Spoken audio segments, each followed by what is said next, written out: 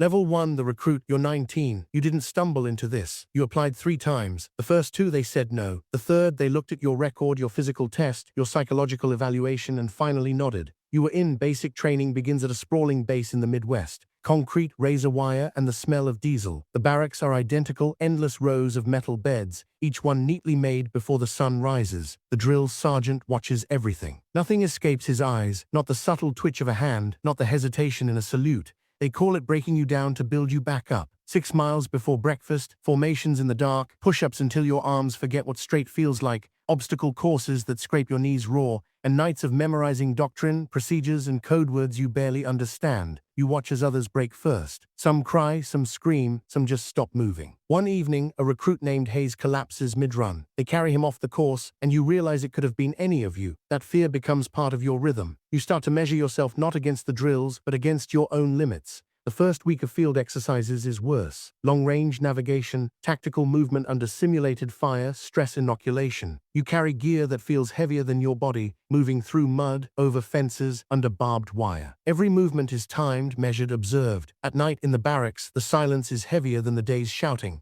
You lie awake listening to the others breathing, thinking about what you signed up for. You wonder if patriotism is enough. You try not to. By month 3, you've learned the patterns of authority. The officer on your platoon, Lieutenant Carver, doesn't raise his voice often. He doesn't have to. A single look, a single pause, communicates more than shouts ever could. You learn the weight of obedience, the unspoken rules of hierarchy. On a Tuesday in July, during a live-fire exercise, an instructor tells you to engage targets downrange. You obey instantly. Only later do you learn that some targets were simulated civilians. The exercise is meant to teach you situational awareness. You remember the faces, the shock, the silence afterward. That unease stays with you, tucked beneath your pride. After 6 months, you are deployed to a forward training facility in the desert. The sun is relentless, the wind harsh, sand everywhere. You perform reconnaissance drills, convoy operations, and night navigation exercises. You begin to understand how small mistakes can cascade into disaster. It's during these desert exercises that you first notice the cracks. Orders arrive that make no tactical sense. Supplies are diverted, communications are filtered, intelligence reports altered. You don't yet understand why, but you feel it. A sense that the system doesn't operate purely for defense, that decisions are influenced by something outside the chain of command. You are 20 when your first overseas deployment comes. It is a routine rotation, but you know that in this part of the world there is no routine. You fly sorties, transport missions, security sweeps. You follow orders and you follow them well. Your superiors praise your precision, your discipline, your loyalty. But each night, in the quiet of your bunk, you replay moments where orders didn't align with what you know is right. One incident stands out. Your unit is instructed to secure a village for a night.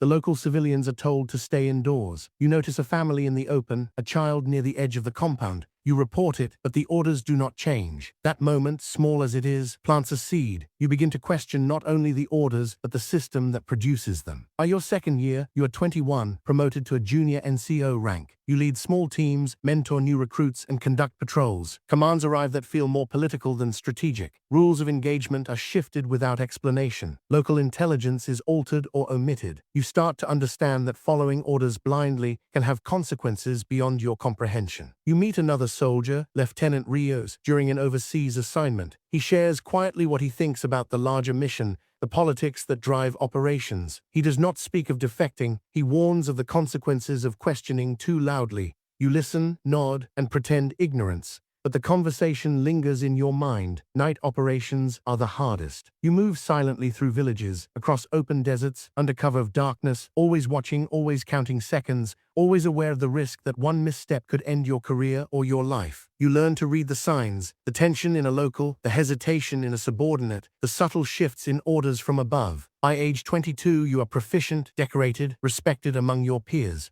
But the feeling does not fade. The same orders, repeated routines, the unspoken awareness of manipulation, these gnaw at you. The loyalty you once felt is mixed with a growing recognition that the institution may not be serving the people you believed it was. It is during a late-night briefing that the turning point arrives. The commander outlines a mission, one that involves actions against civilian infrastructure. You realize with sudden clarity that participation would cross an ethical line you cannot reconcile.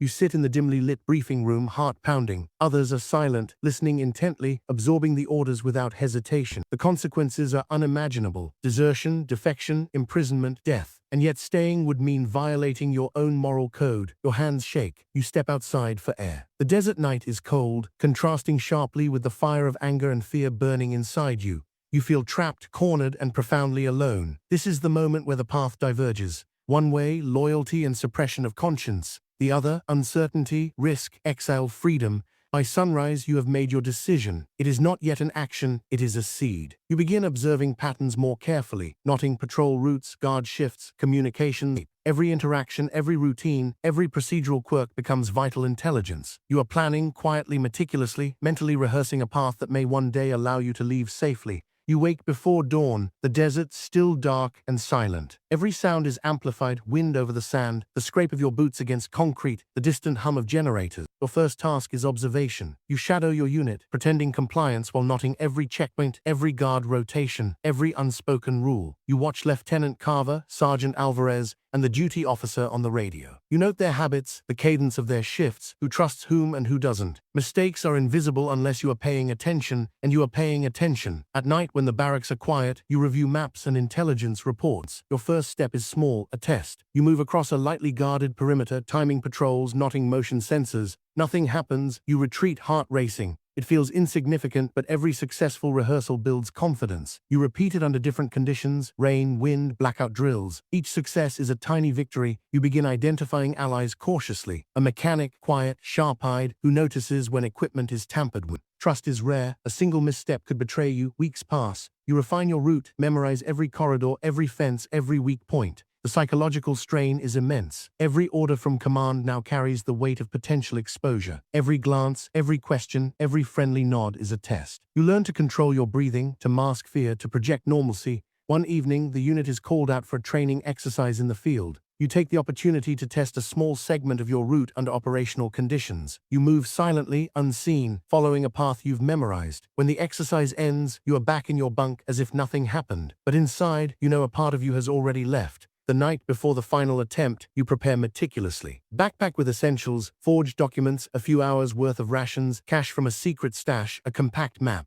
Your civilian clothes are concealed. Your military uniform, spotless, is hung neatly. You rehearse every motion, exit checkpoints, avoidance maneuvers. Every contingency is accounted for. The escape begins at 02:17 hours. You slip from your bunk while others snore, cross the compound, timing the patrol lights, ducking shadows. Your heart beats steadily, but your mind is razor sharp. Each step is measured. One misstep could end it all. At the first checkpoint, a guard pauses, squints, but you are in uniform, moving with purpose. You nod lightly. He waves you through without thinking. Relief is brief. The next obstacle awaits. You cross open terrain, exposed to the wind and stars. Every sound is magnified. You remember the drills, low crawl, silent footfall, using the terrain as cover. Hours feel like minutes, but minutes stretch like hours. The border approaches, an area you've studied for months. Cameras, sensors, patrols. You wait for the optimal gap, the window that appears once every 17 minutes. Timing is everything. You move silent and swift, each step synchronized with distant machinery hum and night wind. A vehicle approaches from behind. Your heart accelerates. You press flat against the dune, breath held. The headlights pass without incident. You exhale, moving again, closer to the extraction point. Finally, at the edge of the neutral zone, a safe house awaits.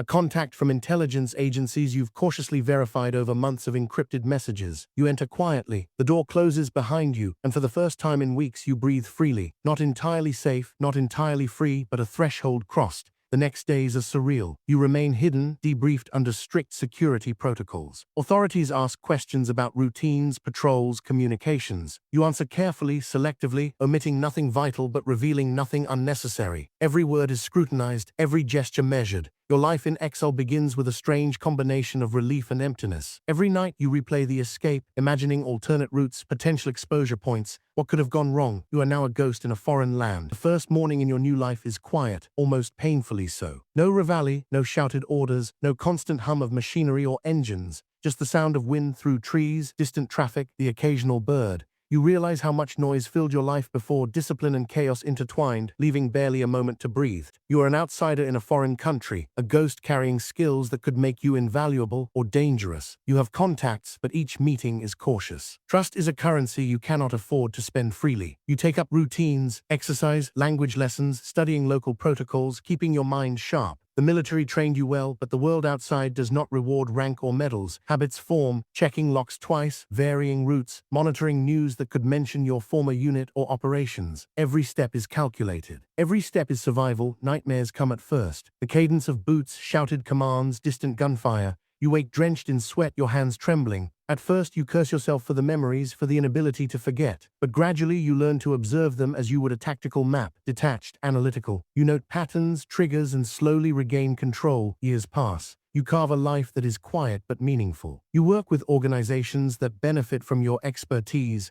consulting on security, training exercises, or strategic planning, but always undercover, never revealing the depth of your military past. The knowledge that you carry is lethal in the wrong hands, so you guard it fiercely. Evenings are when reflection is strongest. You think of those left behind. Hayes, who quit training so early, might have found a safer path. Lieutenant Rios, who warned you quietly, may still be struggling with conscience. The missions you carried out, the lives you affected, the decisions that could never be undone. You recognize that some questions have no answer. Some consequences are permanent. You also consider what you gained. Freedom, perspective, the ability to act according to your own moral compass. You weigh that against isolation, the constant vigilance, the sense that the world you left behind continues without you. The weight of the pack on your back, the exact timing of patrols, the rush of crossing a boundary that should have held you captive. You remember the clarity of decision, action or inaction, life or compliance. You realize that the memory of that night and the months of preparation leading to it shaped everything. They are no longer burdens but guides. Your identity evolves. You are no longer just a soldier, no longer just a defector. You are someone who understands the cost of obedience, the weight of conscience, and the fragility of freedom. You teach, advise, and mentor, passing on the lessons learned. Not just technical, not just tactical, but moral. And sometimes, when the wind is right, when the night is calm, you let yourself imagine the world you left behind differently. You imagine small interventions that could have changed outcomes, choices you made or refused to make. You accept that some of those thoughts are beyond action. Acceptance becomes part of survival. In the end, being a defector was never about running. It was about choosing integrity over orders, conscience over safety, uncertainty over blind obedience. The world you inhabit now is quieter, slower, and more fragile, but it is yours. Every decision you make is your own. Every action measured, deliberate, and conscious. And you know deep down that the hardest missions are not in combat zones, not in the skis, not in the deserts. They are the choices that define who you are every day in the silence of a world you navigated alone. Freedom, you realize, is not the absence of fear. It is moving forward despite it. And for you, that is enough.